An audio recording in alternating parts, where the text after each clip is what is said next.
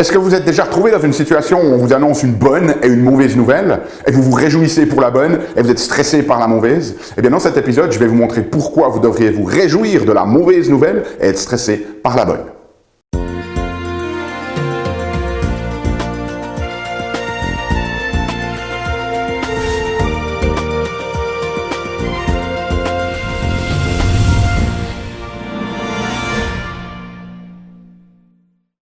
Alors cette semaine, ce que j'avais envie de faire, c'est de revisiter avec vous cette notion de bonne nouvelle et de mauvaise nouvelle et de vous expliquer pourquoi et de vous donner des stratégies pour mieux en fait embrasser la notion de mauvaise nouvelle, parce qu'on a tous tendance à se réjouir, à être très content lorsque l'on a de bonnes nouvelles et puis d'être stressé ou d'avoir toute une série d'émotions qui sont déclenchées à l'annonce de mauvaises nouvelles. Et donc je vais vous proposer ici un changement d'état d'esprit, si vous voulez, un recadrage de perception pour vous permettre d'embrasser les mauvaises nouvelles et finalement de voir comment ces mauvaises nouvelles peuvent vraiment être aussi une source de transformation qui nous fait progresser dans notre vie. Alors pourquoi est-ce que l'on réagit tant à l'ambivalence de ces situations, la bonne nouvelle, la mauvaise nouvelle? Eh bien tout d'abord, il faut comprendre qu'il y a une base biologique à cela. Notre système nerveux, comme le dit un de mes mentors, eh bien il est du velcro pour les émotions négatives, c'est-à-dire que les émotions négatives vont vraiment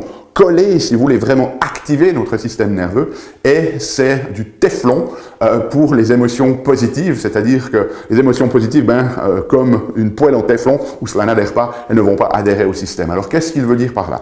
Eh bien, il veut dire que d'un point de vue de l'évolution, notre système nerveux a ce que l'on appelle un biais négatif, c'est-à-dire que pour nous protéger, pour nous permettre de survivre dans un environnement qui était potentiellement dangereux, eh bien notre système a favorisé une perspective qui va se focaliser sur tout ce qui est négatif dans notre environnement et donc qui va nous faire surréagir d'une manière qui va nous faire générer, si vous voulez, des émotions que l'on n'aime pas pour justement éviter ces aspects négatifs. Un exemple qui illustre vraiment ce concept, c'est imaginez que vous marchez dans la forêt et puis que tout d'un coup, vous voyez quelque chose de long par terre.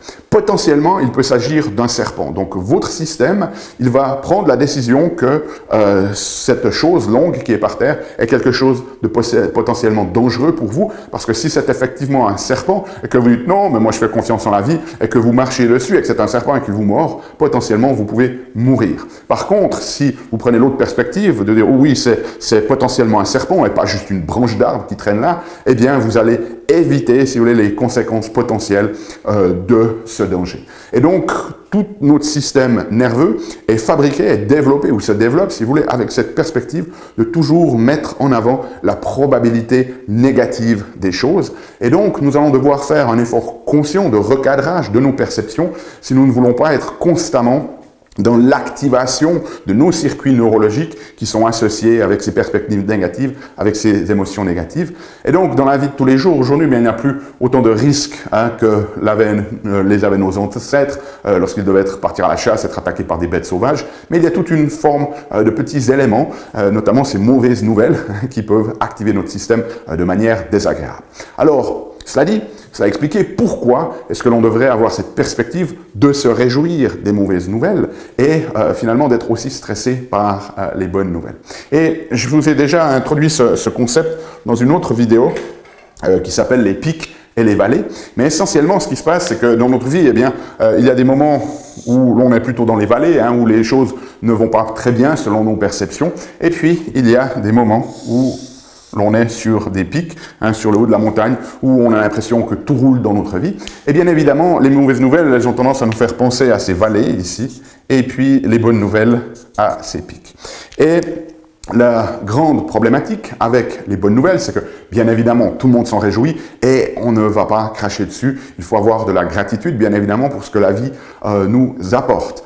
Cela dit, en même temps, eh bien, ces bonnes nouvelles, une des problématiques que l'on peut avoir, c'est que l'on peut devenir complaisant, c'est-à-dire que finalement, lorsque tout roule, eh bien, on a tendance à se relâcher, à ne plus être vigilant, à ne plus vraiment faire les choses qui nous ont permis en fait d'arriver à ce pic, parce que très souvent dans la vie, lorsque l'on est au fond d'une vallée, c'est là que l'on met en place des stratégies où l'on devient beaucoup plus vigilant, peut-être que l'on travaille plus ou plus dur, ou plus intelligemment, où l'on reprend les choses en main.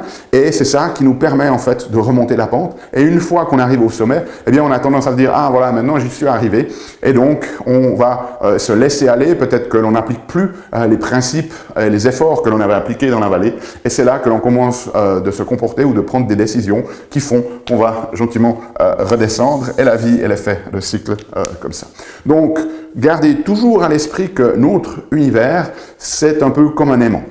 Un aimant, il a un pôle positif, il a un pôle négatif, et les deux viennent toujours ensemble. Vous ne pouvez pas demander, lorsque vous achetez un aimant, dire voilà, j'aimerais que des pôles positifs. C'est pas possible, ça vient toujours là ensemble. Et donc, dans notre univers, c'est le même principe. Il y a toujours cette simultanéité de positif et de négatif. Donc, dans toute expérience positive, il y a la graine de quelque chose de négatif, et dans toute expérience négative, il y a la graine de quelque chose de positif. Et donc, c'est ce principe que je vous propose d'appliquer, c'est-à-dire de vous rendre compte que même lorsqu'il y a une bonne nouvelle, cette bonne nouvelle peut avoir des conséquences aussi qui peuvent être négatives pour nous dans notre perception. Et donc, la première des choses à faire, c'est de se rendre compte, voilà, quand on a une bonne nouvelle, ayons de la gratitude pour ça, mais ne devenons pas complaisants, ne nous laissons pas aller, ne lâchons pas les choses qui ont fait que cela a amené, si vous voulez, à la bonne nouvelle. À l'inverse, lorsqu'il y a une mauvaise nouvelle, eh bien, cette mauvaise nouvelle, on ne l'aime pas parce que émotionnellement, ça nous fait nous sentir mal, peut-être que ça nous stresse, peut-être que ça nous rend triste, peut-être que ça nous met en colère. Mais c'est dans ces moments de mauvaise nouvelle que l'on va aussi pouvoir se recentrer, se refocaliser sur ce qui est important et aussi de remettre en place des stratégies qui peuvent nous aider à justement remonter la pente. Et donc, la notion ici que je vais vous proposer, c'est de finalement vouloir aussi embrasser ces mauvaises nouvelles parce que très souvent, c'est dans ces moments difficiles, c'est dans ces échecs que l'on va aller puiser à l'intérieur de nous-mêmes, aller puiser dans notre grandeur pour finalement créer quelque chose d'encore plus grand qu'avant. Et donc, le premier principe que je vais vous proposer ici, c'est lorsque vous avez une mauvaise nouvelle, eh bien, cela va vous déranger. Ça va vous déranger psychologiquement, ça va vous travailler, ça va vous déranger aussi physiquement. Peut-être que vous allez sentir des tensions, peut-être que vous avez des douleurs qui vont apparaître. Enfin voilà, il y a quelque chose, il y a une émotion, si vous voulez, que vous n'aimez pas, quelque chose qui vous dérange. Et donc, la première des choses à faire, c'est juste d'accepter qu'il y a quelque chose qui vous dérange et de nommer ce qui vous dérange. Simplement de prendre en compte cette réalité de dire voilà, en ce moment, je suis énervé, en ce moment, je suis en colère, en ce moment, je me sens trahi, en ce moment, je me sens triste, en ce moment, je suis tendu et irritable. Et simplement, voilà, d'imaginer et de prendre conscience et d'accepter finalement qu'il y a cette partie-là qui nous dérange. Et ensuite, eh bien, il va falloir se poser la question et se dire, bien, voilà, cette chose me dérange, mais si cela ne me dérangeait pas, qu'est-ce que je ferais ? Parce qu'en tant qu'être humain, nous sommes extrêmement bons pour résoudre des problèmes. Et en fait, la plupart d'entre nous, on est dans notre travail payé pour résoudre des problèmes. Hein. Vous recevez un salaire parce que vous apportez un service qui permet de résoudre un problème. Par exemple, si vous êtes, je ne sais pas, réceptionniste, hein, que vous répondez au téléphone, eh bien, vous résolvez le problème de votre compagnie qui est qu'il faut que quelqu'un puisse répondre aux clients, par exemple. Et donc, on est tous avec nos capacités à résoudre nos problèmes. Et en fait, très souvent, si cela fait partie de votre job et que vous êtes passionné par ce que vous faites, ben, vous vous réjouissez de pouvoir résoudre des problèmes. C'est quelque chose qui vous motive, peut-être que ça vous fait même vous lever le matin. Hein. Il y a des gens qui veulent résoudre le problème de la pollution climatique, il y a des gens qui ont envie de résoudre le problème de la faim, ce sont des problèmes énormes, ils se lèvent le matin excités à avancer, à progresser, à militer, si vous voulez, pour cette cause. Donc, on adore en fait résoudre les problèmes et on est très bon à résoudre les problèmes. Et donc, la problématique dans les mauvaises nouvelles, ce n'est pas tant le problème lui-même, c'est la manière dont ça nous fait sentir. Hein. C'est ce truc qui nous dérange, si vous voulez. Et donc, si on peut commencer de se séparer ce package de la mauvaise nouvelle entre ce qui nous dérange et le problème à résoudre, eh bien, dès le moment où on prend reconnaissance, qu'on prend conscience, que l'on accepte, que l'on nomme en fait ce qui nous dérange, eh bien, on peut séparer les deux. Et donc, il y a ce truc qui nous dérange, et en se posant la question, si ce truc-là ne me dérangeait pas, si c'était juste un simple problème qui faisait partie de ma routine professionnelle quotidienne, si vous voulez, et que je devais résoudre, eh bien, qu'est-ce que je ferais? Et dès le moment où vous détachez cet aspect qui vous dérange de la mauvaise nouvelle et que vous vous focalisez sur le problème à résoudre, eh bien là, vous allez pouvoir arriver avec plein de solutions créatives et puis ça va vraiment vous permettre d'aller de l'avant. Je vais prendre un exemple très concret. 2020 arrive le Covid. Eh bien, que se passe-t-il?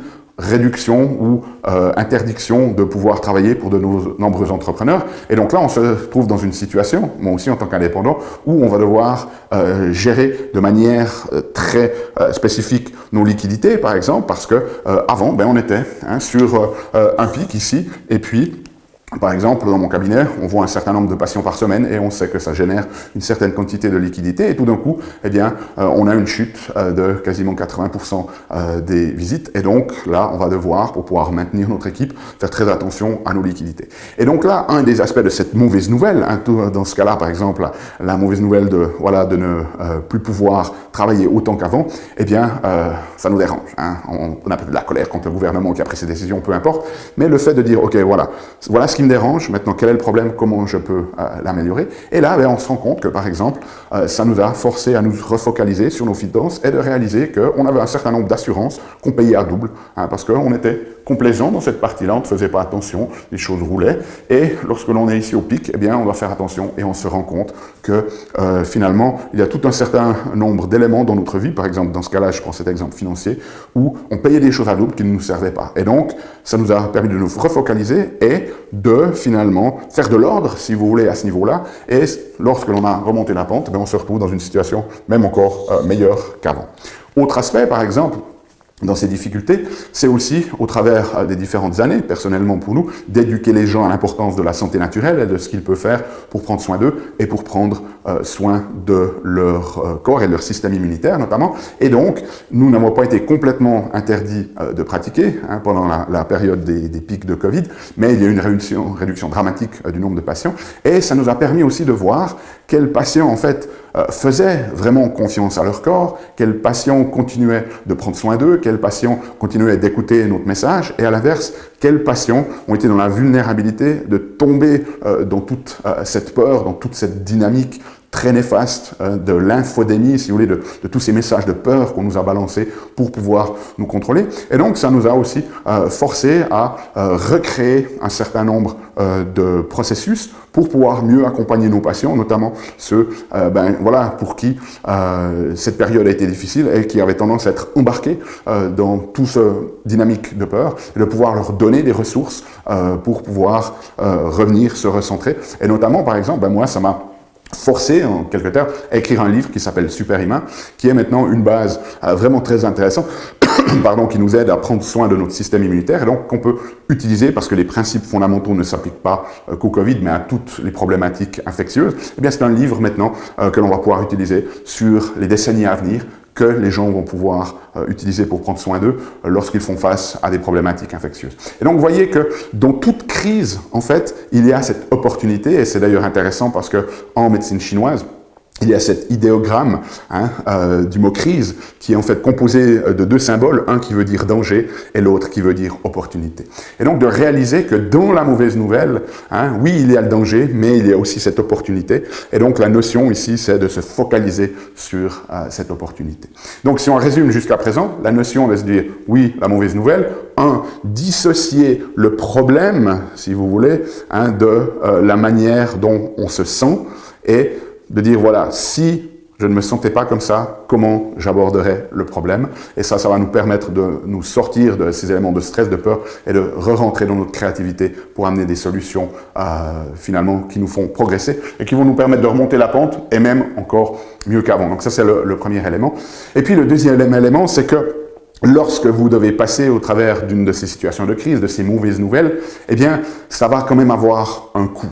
Okay, un coût particulier, le coût de ce que vous n'aimez pas, le coût émotionnel, le coût du stress que ça implique. Donc, focalisez-vous sur une notion de, si vous devez reconstruire ce que la crise a abîmé, faites-le encore mieux qu'avant. Faites-le dans une notion de ce que l'on appelle 10x ou 10 fois mieux. Imaginez que vous écrivez un livre, que vous avez tout sur votre ordinateur et que vous n'avez pas fait de sauvegarde dans le cloud et qu'on vous vole votre ordinateur et tout votre livre a disparu. Vous imaginez la mauvaise nouvelle, vous imaginez la crise, vous imaginez la manière dont vous vous sentez, mais vous allez devoir vous réasseoir pour réécrire ce livre. Ne réécrivez pas juste le même livre que vous avez écrit. Vous avez payé le coût émotionnel, si vous voulez, de cette mauvaise nouvelles, donc de cette crise, donc faites-en quelque chose d'encore mieux. Okay? C'est-à-dire dédiez-vous à faire quelque chose qui est 2 fois, 3 fois, 10 fois mieux qu'avant, parce que cela, vous le méritez. La notion de venir quelque chose d'encore 10 fois mieux, ça veut dire que au lieu d'être ici dans cette crise et de revenir à votre pic habituel, vu que vous avez payé tout le coût de ce qui vous dérange ici, autant le faire encore mieux pour que cela vous amène à un pic qui soit encore plus haut que d'habitude. Et puis ainsi, lorsque vous avez une prochaine crise, vous pouvez ensuite, en appliquant ces principes, au lieu d'avoir une vie qui se fait de manière sinusoïdale comme ça, c'est une vie qui se fait en progressant. Okay? Donc voilà ces principes. N'hésitez pas, si vous avez des questions, à les laisser dans les commentaires, de me dire ce que vous en pensez. Nous, on se retrouve la semaine prochaine pour un nouvel épisode. D'ici là, embrassez les mauvaises nouvelles, aimez la vie, contribuez chaque jour un petit peu plus, et puis émerveillez-vous aussi de la vie, et notamment de ces mauvaises nouvelles.